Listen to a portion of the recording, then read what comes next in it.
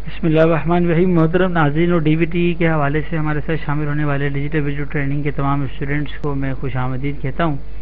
आप तमाम स्टूडेंट से गुजारिश है कि गौर से स्क्रीन की तरफ तवज्जो के साथ देखें।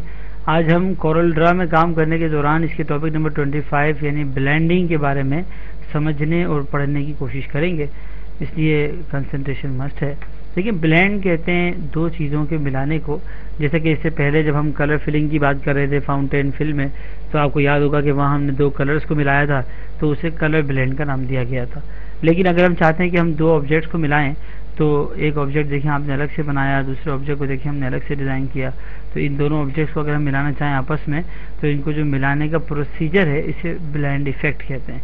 इफेक्ट बहुत ही अट्रैक्टिव ऑप्शन है, और ये इफेक्ट एक तरह से वो विंडो है, वो कलर है, या वो ऑप्शन है सॉरी, जो अप्लाई करने के बाद दोबारा पुरानी वाली हालत में वापस आ सके। अब यहाँ अगर हम इनको मिलाना चाहें आपस में, तो देखें सिर्फ आप ब्लेंड के ऑप्शन में गए, स्टेप्स बताए आपने, यानी कितने स्टेप्स के अंदर उसने मिलाना है, और अप्लाई कर दिया आपने।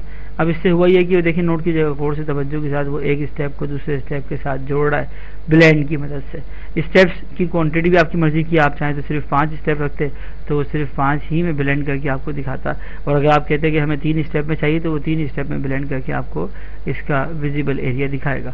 अब यहाँ स्टार्टिंग ऑब्जेक्ट जो है हमारे पास, उसका कलर भी हमारी मर्जी का होगा, जो एंडिंग ऑब्जेक्ट है हमारे पास उसका कलर भी हमारी मर्जी का होगा।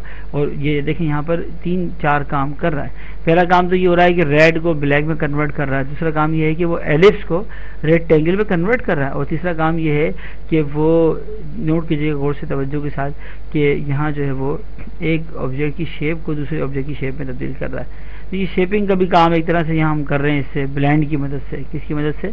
ब्लेंड की। पोजीशन भी चेंज कर रहा है उनके आपस में, और स्टेप्स भी वो हैं जो हमारी मर्जी के मुताबिक। अगर हम उसको कहते हैं कि हमें 200 स्टेप्स चाहिए, सपोज करें, समझाने के लिए बता रहा हूँ मैं आपको, तो यकीनन 200 स्टेप्स तो बहुत ज़्यादा होते हैं, लिहाजा वो यही काम जो पहले वाला काम था आपका, वही काम 200 स्टेप्स में करके आपको दिखा रहा है। तो इस तरह अगर हम चाहें तो हम इसके मालूमात कर सकते हैं। इसमें बाकायदा फर्स्ट पॉइंट कौन सा है, देखें न्यू स्टार्ट पॉइंट है, आप बताएंगे भाई ये स्टार्टिंग पॉइंट है, फिर देखिए एंडिंग पॉइंट है, तो न्यू एंड पॉइंट हमने कहा ये एंडिंग पॉइंट है, इससे भी काम ले सकते हैं।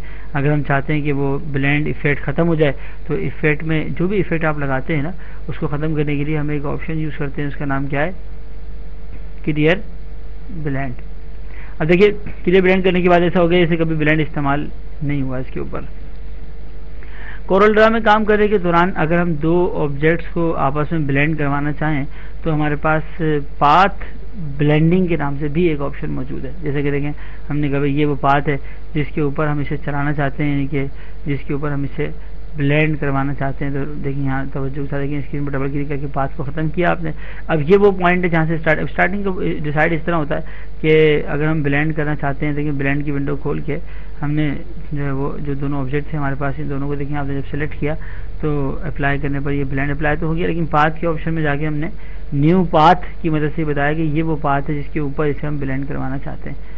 अब अगर आप चाहें तो आप व्यू मेन्यू में जाएं, वहाँ जाके आप इसका वाई फ्रेम खोल लें, जैसे ये आपको बिल्कुल जो है वो ग्राफ की तरह दिखाई देगा। उसमें से देखिए अगर हम चाहें तो इसके पाथ को अलग से सिलेक्ट कर लें और शिफ्ट पेज डाउन की मदद से इसके पाथ को नीचे भेज दें, यानी कि ट्रांसफ़र कर दें। अब जब आप इसको नॉर्मल प्रीव्यू या इन्हांस प्रीव्यू में देखेंगे तो हमें उस पाथ का डिस्प्ले नज़र नहीं आएगा।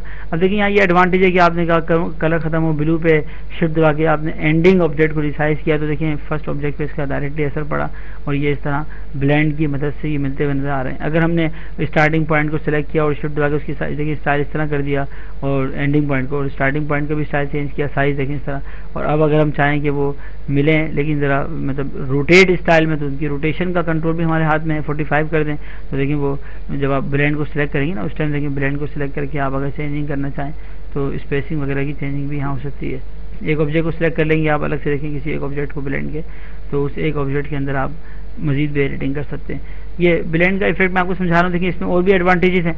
मिसाल के तौर पर अगर आप चाहें कि आप ब्लेंड पे काम करने के दौरान एक्सेलरेट कर देखें, तो एक्सेलरेट में ये है कि इनके दरमियान जो गैप है वो आपको देखिए शुरू में गैप बहुत ज़्यादा है और आगे जाके गैप कम हो रहा है। एक्सेलरेट जो है वो आप इसकी आउटलाइन में भी कर सकते हैं। देखिए इस तरह अप्लाई करेंगे तो वो एक्सेलरेशन का ऑप्शन इस्तेमाल हो रहा है एंडिंग पॉइंट पे। तो इस तरह इसके स्टार्ट और एंड का जो एक्सेलरेशन है वो भी हमारे कंट्रोल में, साइज़ पे भी अप्लाई हो सकता है ये ऑप्शन अगर चाहें तो। इसके साथ देखिए एक फैसिलिटी और है, जो कलर के हवाले से यानी रेड और ब्लू ही को मिलाना है, लेकिन क्लॉकवाइज या एंटी क्लॉकवाइज जो रेनबो स्टाइल होता है, अब इसमें जितने भी देखें हम कलर रेनबो स्टाइल में आएंगे ना वो सब इसमें दिखाई देंगे। और इसी तरह से इसमें हमें उसने मैप नोट्स का ऑप्शन भी दिया। अब मिसाल के तौर पर अगर मैं इसको यहाँ अप्लाई ना करूँ, देखिए नोट कीजिएगा ज़रा गौर से स्क्रीन पर तवज्जो के साथ कि अगर आपने इसकी जगह कुछ लिखा होता, जैसे आपने लिखा होता सपोज करें कोरल ड्रा, देखिए हमने लिखा है यहाँ पर, और लिखने के बाद आपने इसको बोल्ड किया। अगर आप चाहें तो इम्पैक्ट में जाके आप इसका फ़ॉन्ट भी चेंज कर दें, और फ़ॉन्ट चेंज करने के बाद देखिए इसमें हम काम कर सकते हैं। यानी अगर ये फ़ॉन्ट जो लिखा देखिए आपने कंट्रोल दबा के आप इसकी एक कॉपी और निकाल लें, दो इफेक्ट, दो एक तरह से ऑब्जेक्ट हो गए हमारे पास। नोट कीजिएगा गौर से स्क्रीन पर तवज्जो के साथ। तो अब अगर इनको आप ब्लेंड करवाना चाहें तो आप सिंपली अप्लाई कर दें। जितने स्टेप्स रखे होंगे शुरू में आपने उतने स्टेप्स के अंदर आप बढ़ा लें स्टेप्स। जैसे आपने 50 स्टेप कर लिए तो ये 50 स्टेप में ब्लेंडिंग दिखा। लेकिन जो ऑब्जेक्ट भी जैसे इसमें कलर चेंज जो ऑब्जेक्ट नीचे होता है ना, शिफ्ट पेज अप की मदद से आप उसको ऊपर ला सकते हैं और फिर उसको रिसाइज कर सकते हैं। इंसान देखिए ब्लेंड तो हो रहा है पहले की तरह, लेकिन अब वो स्केल ब्लेंडिंग भी अप्लाई हो गई इसके अंदर, ये स्केल भी इस्तेमाल हो गया। हमने इसको येलो कर दिया। अब इस ऑब्जेक्ट की आप प्लस दबा की कॉपी निकाल लें। देखिए नोट की जगह गौर से ऑब्जेक्ट एक की जगह दो हो गए। इनका हम कलर चेंज करना चाहें इस तरह तो आप कलर भी चेंज कर सकते हैं अगर चाहें तो। राइट क्लिक करके आप इसकी आउटलाइन का कलर चेंज करें और F12 में आके जो है वो आप इसको देखें 4 में कन्वर्ट कर दें बिहाइंड फिल, और नोट करें गौर से तवज्जो के साथ स्क्रीन पर कि इस तरह हमने ब्लेंड की मदद से ऑब्जेक्ट को उठाया। कोरल ड्रा में ये खासियत है कि आप यहाँ बाकायदा मैप नोडिंग पे भी काम कर सकते हैं। लेकिन आप आएंगे लास्ट में तो वहाँ मैप नोड का ऑप्शन है, वो ये कह रहा है कि इस ऑब्जेक्ट का ये नोड और इस ऑब्जेक्ट का जो है अगर ये नोड मिलाना चाहें आपस में तो देखिए मैप नोड से आएगा, देखिए वहाँ से नोड चलता हुआ आएगा। यहाँ पर गार्बेज तो होगी, प्रॉब्लम तो लाजमी सी बातें होनी है क्योंकि वो डिस्टर्बेंस होगी उसके अंदर, लेकिन स्प्लिट का ऑप्शन बड़ा इंपॉर्टेंट है। यानी जो 20-50 के करीब स्टेप है ना बीच में, आपने जिस स्टेप के ऊपर भी क्लिक किया उसने उस स्टेप को बतौर थर्ड स्टेप मुंतखब कर लिया। यानी अब वो फर्स्ट से सेकंड और सेकंड से थर्ड पे जा रहा है। देखिए आपने कहा ये जो स्टेप नया आया है ना इसका कलर हम चाहते हैं वाइट हो जाए, ये जो स्टेप नया आया है इसका कलर हम चाहते हैं कि छोटा हो जाए ये साइज़, और ये जो स्टेप नया आया है इसको हम चाहते हैं कि पोजीशन के हिसाब से ये नीचे आ जाए। तो ये एडवांटेजेस कब इस्तेमाल होंगे, जब आप स्प्लिट की मदद से अपने ब्लेंड को 2 हिस्सों में तकसीम करेंगे। इसकी अच्छी तरह प्रैक्टिस कर लें। कोरल ड्रा के प्लेटफॉर्म से आज हमने टॉपिक नंबर 25 पढ़ा।